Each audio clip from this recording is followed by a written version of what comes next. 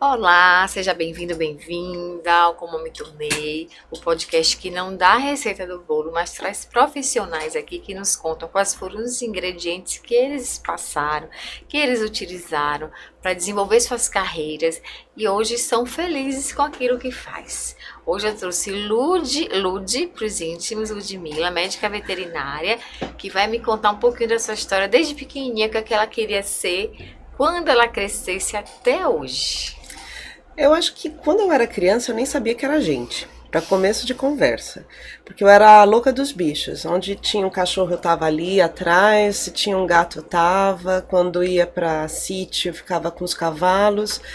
E então esse amor mesmo, esse reconhecimento no meio dos animais fez com que me tornar veterinária fosse algo meio natural. Não conseguia pensar em outra coisa que não fosse ser veterinária.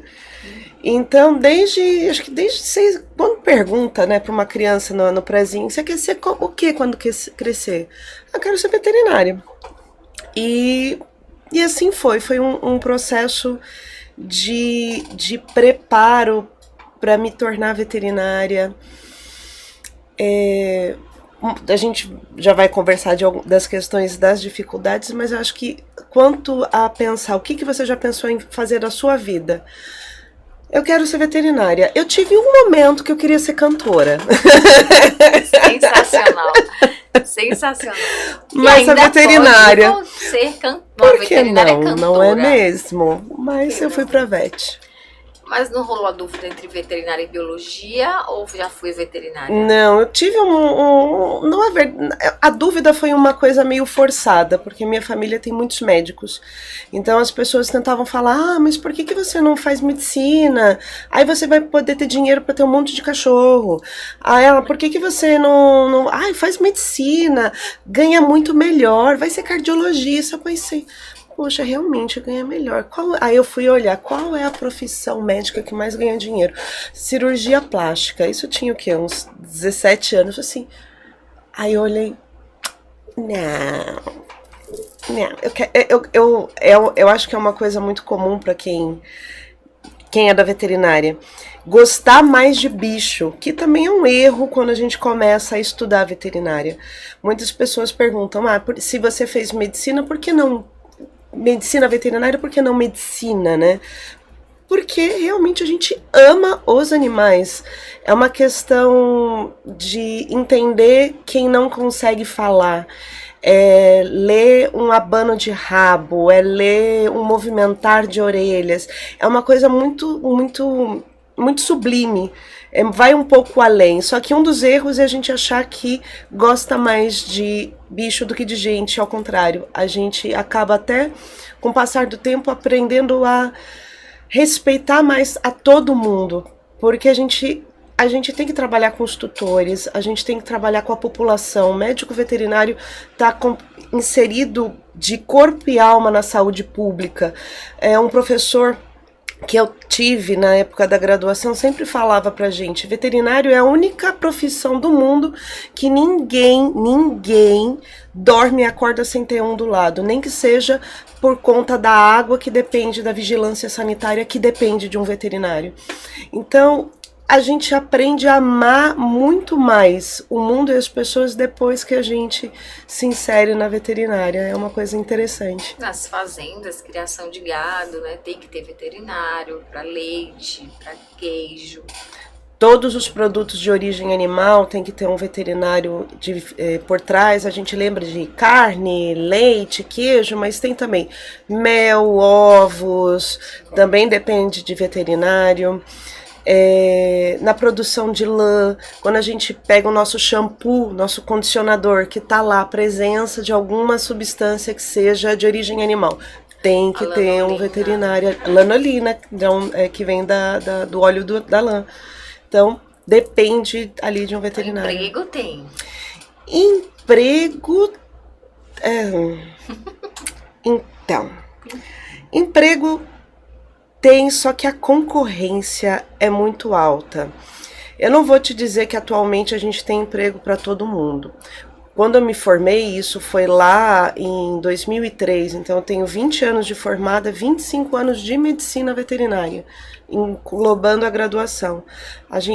Quando eu entrei, eram 80 faculdades no Brasil. Você fez aonde, Lud? Porque você não é da Bahia. Não, eu sou paulistana, mas eu fiz a minha graduação em Londrina.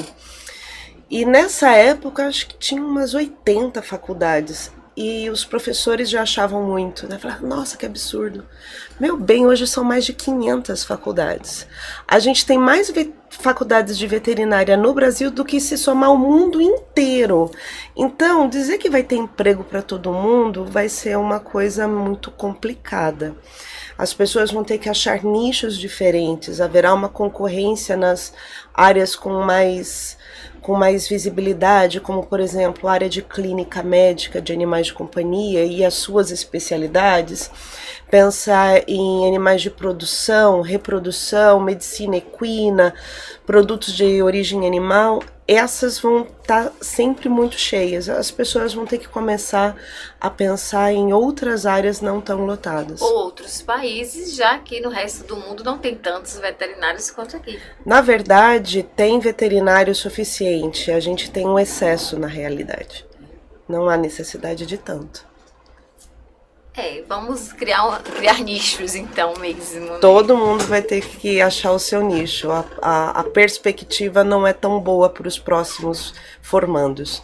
Mas existe possibilidade. Vamos voltar lá para o ensino médio. Lud, você estudava muito, médio ou pouco? Rapaz, eu era muito safada. Estudava nada, não. Eu nunca fui dizer que eu gostava de estudar. Não gostava, não. Algumas matérias, obviamente, me chamavam mais atenção, como, por exemplo, biologia. Então, biologia sempre foi minha paixão. Educação física, eu gostava de jogar. Mas, para quem tem transtorno de déficit de atenção, ficar sentado estudando não é algo muito fácil. Mas eu acho que eu sou uma pessoa que me dá bem de alguma forma, porque chegava nos 45 minutos do segundo tempo, eu estudava a matéria inteira, fazia aquele hiperfoco e tirava nota boa, porque é uma das características do TDA, né? E aí, puf, tava lá, passava de ano.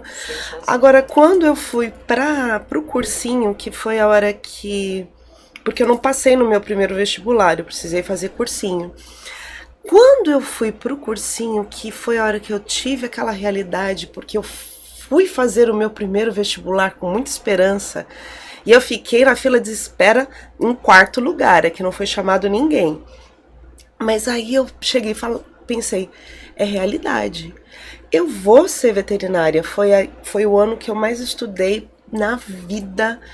Era de manhã, de tarde, de noite, de manhã, de tarde, de noite, sem amigos, sem nada, para conseguir passar no vestibular. E dentro das possibilidades, só existia a possibilidade de universidade pública. A gente não tinha dinheiro para pagar nenhuma particular. Então eu tinha que me virar para passar numa pública. E não tinham tantas assim no estado de São Paulo. Se a gente para pensar, são as mesmas há mais de, 50 anos, que são só 4 faculdades de veterinária públicas no estado de São Paulo. No estado do Paraná tem algumas outras mais. Eu não vou lembrar de todas, mas deve ter umas 6. Aí eu fui prestar, não passei nas de São Paulo, e aí passei na Universidade Estadual de Londrina, que foi, acho que, o lugar mais perfeito que Deus poderia ter me colocado. Primeiro que eu consegui construir um nicho de amizades que são fortes até hoje, mas segundo, porque ele me deu a possibilidade, aquela universidade me deu a possibilidade de expandir um amor que eu já tinha por hematologia e banco de sangue. E aí eu acabei caindo, e eu queria ser hematologista veterinária desde pequena, assim, que eu gosto de sangue, eu gostava de história de vampiro, sabe, essas coisas, vamos lá, vampiro, sangue, vida eterna, saúde, beleza eterna. E eu fui parar na única universidade da América Latina que tinha banco de sangue veterinário.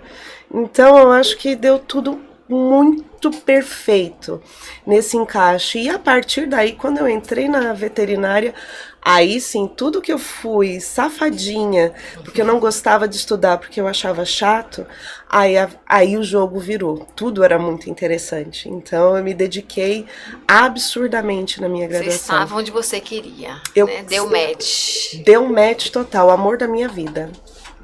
E como é que essa sudestina veio parar na Bahia? Devo ter algum gene de cigano nos meus antepassados, porque, como já deu para perceber, eu saí de São Paulo para Londrina. Depois de Londrina, eu fui trabalhar em Campo Mourão, que é no interior do Paraná. Depois eu voltei para São Paulo. Depois eu trabalhei em Santos, no interior de São Paulo, e passei num concurso público para trabalhar na Universidade Federal da Bahia. E quando eu vim para cá, eu me senti de novo na época que eu larguei tudo em São Paulo, família, porque eu cheguei em Londrina com 2 malas de roupa apenas, não tinha ainda onde dormir. Peguei um ônibus com 2 malas de roupa, chorando o caminho inteiro para fazer a minha matrícula, e quando eu vim para cá foi mais ou menos a mesma coisa. Eu estava terminando meu doutorado numa fase financeira muito ruim da minha vida, em que eu cheguei com 2 malas de roupa, sem ter onde dormir, dormindo no aeroporto, que não tinha como pagar hotel, nada, e continua dando tudo certo. Graças a Deus. Eu pedi para você trazer um objeto, Lud. Onde ele foi parar? Ele foi parar aqui. A gente vai brincar agora de matrioshka. Oi? Aquelas bonequinhas russas, que tem uma coisa sim. dentro de outra. Então, eu trouxe esse objeto, que é a minha mala de atendimento até hoje, que eu ganhei no meu primeiro ano de faculdade, que eu ganhei de um tio médico no primeiro ano de faculdade, tá toda arrebentada também por causa dos gatos, e trouxe o meu esteto. Meu estetoscópio é algo piegas. Eu acho que quem é da área de saúde tem um carinho especial pelo esteto. Mas esse é ainda é o meu primeiro e único esteto que eu ganhei no meu primeiro ano de faculdade. Ele tá comigo há 25 anos. E nele tá esse bichinho, que é um ratinho de pelúcia, que eu uso sempre para eu lembrar de homenagear todos os bichinhos que fizeram parte da formação de um veterinário, principalmente as cobaias, que ainda a gente depende muito de cobaia, então é a minha homenagem às cobaias. Nossa Senhora, lindo, lindo, lindo. E aí você fez o mestrado, doutorado na área? Foi lá em Londrina ainda não? A residência foi em Londrina, fiz residência em patologia animal. Daí eu fiz um estágio durante o banco de sangue, a graduação. Quando eu fui para a residência, eu fui para uma outra área chamada patologia animal, que é o estudo das doenças, subdividido em 2 partes, anatomia patológica e patologia clínica. E de lá eu fui fazer o mestrado na Universidade de São Paulo, dentro do Banco de Sangue Veterinário da USP. E aí eu fiquei lá, mestrado e doutorado. Então foram, ao todo, em Londrina, 7 anos, sendo que eu fiquei 1 ano a mais, porque eu tive um intervalo entre a graduação e a residência. Então, dentro da UEL, foram 7 anos, 8 anos de Londrina. Depois foram mais 9 anos dentro da Universidade de São Paulo. Então eu tenho basicamente 2 graduações. Nossa Senhora. E como hoje vai ser bem curtinho, eu queria te pedir, você já deu um spoiler, né? Quem tá querendo fazer medicina veterinária, ama muito bicho e vai querer fazer, né? Mas o que é que você falaria para essa pessoa? O que é que tem que ter? Quais são as expectativas? Eu falaria para essas pessoas o que eu falaria para mim quando eu entrei na faculdade. Qual é a dica que eu daria para mim, se eu me encontrasse jovem de novo, lá aos 17 anos, Ainda quando eu tá passei? bastante. Eu sou um clássico. Tenha paciência. Não vá pelo caminho mais fácil. O caminho mais fácil, ele vai te dar um benefício muito curto Então não tenha medo realmente de se jogar.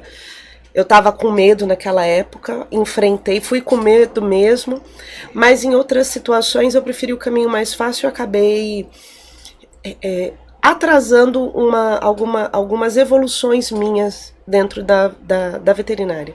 Mas eu diria, não vá pelo caminho fácil, é dedicação, tenha paciência e seja gentil com você mesmo.